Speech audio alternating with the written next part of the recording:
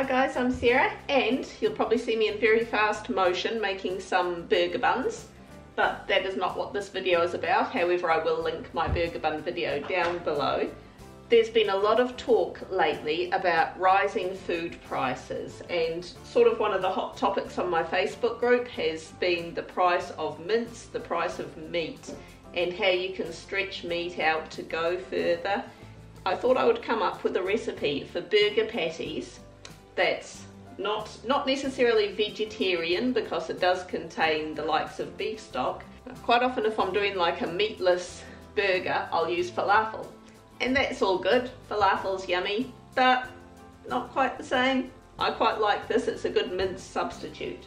First thing I'm going to use is some red kidney beans, just the cheapest brand you can find. You could probably also use broad beans or cannellini beans, just any type of beans that you can mush up easily. I like using the red ones just because they add that bit of colour to it. Drain the can, pop them in, get a fork and just roughly smush them up. To that I'm going to add a can of brown lentils.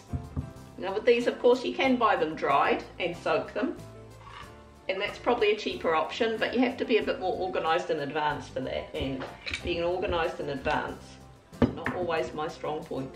So drain that, chuck them in, don't bother mushing these up, just give them a mix. Going to add 1 egg into the mix. Now something you have to consider as well if you're doing like meat substitutes is you want to have protein in there, and of course, you know, the red kidney beans, the lentils and the egg, that's all nice bits of protein. Just as is, even, you know, if I were to add breadcrumbs or whatever to smush it together, that's not going to taste of a lot. So I'm going to crumble in 1 OXO beef cube. This is why I can't call this vegetarian, because that's actually got traces of meat in it. You could experiment, you could use 2 beef stock cubes. I chucked some bacon and onion soup mix in there, just dried bacon and onion soup mix. That adds a really, really nice flavour into this. You can dice up an actual onion into this as well, of course, if you want to. Also add in just a splash, personal preference I suppose. Bit of a split, what's that? Maybe just a little bit more than a teaspoon of soy sauce. Just because I normally use it to flavour my burger patties anyway. A squirt of tomato sauce, maybe about a tablespoon of tomato sauce.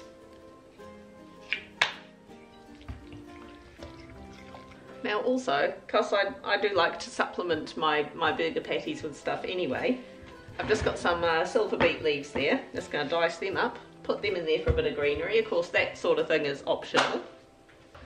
Right, add in there and give it a mix. Now, of course, this mixture here is quite sloppy.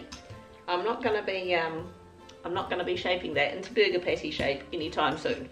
So that's why you always keep your bread crusts, because breadcrumbs are awesome.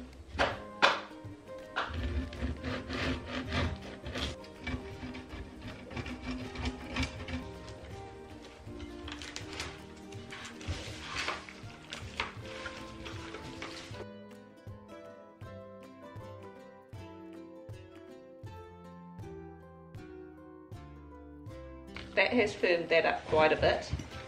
Not as firm as I would like it to be. What I'm going to do now is, you could just keep adding breadcrumbs until it sort of reaches the desired consistency.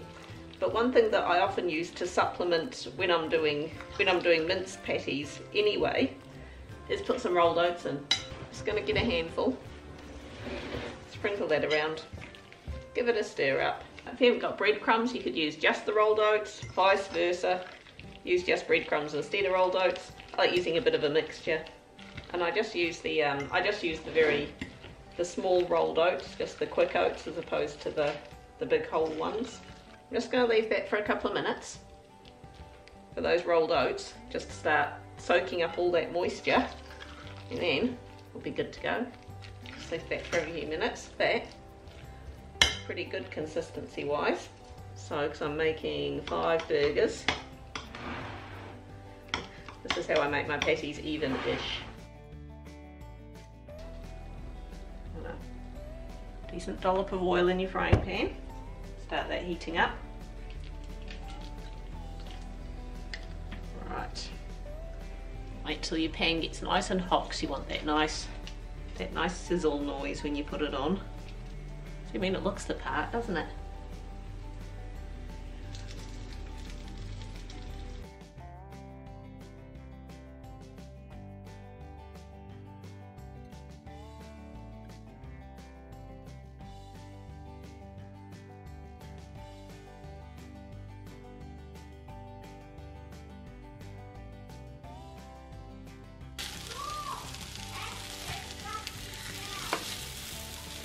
Feed the kids, please. Right, just before I dish up, I've got an audience waiting for me to dish up here, because burgers are pretty popular around here.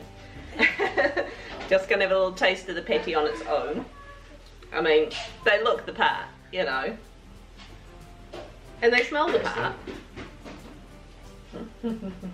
He was doing funny faces behind you. Of course he was. I mean, I guess they're a bit less greasy than your normal beef burger patties. But they've certainly got that beef flavour to them. The first time I did these the other day for the kids, the oldest, Olivia, she picked that I'd substituted stuff.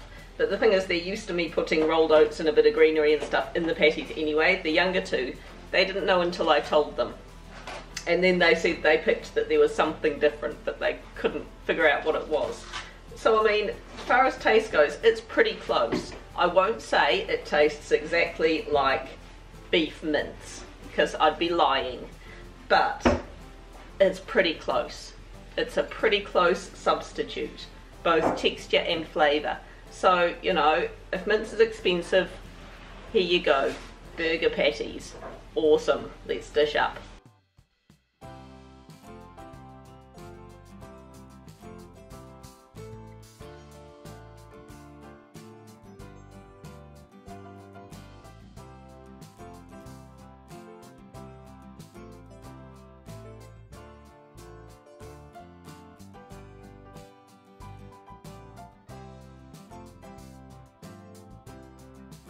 That is really hard to tell the difference.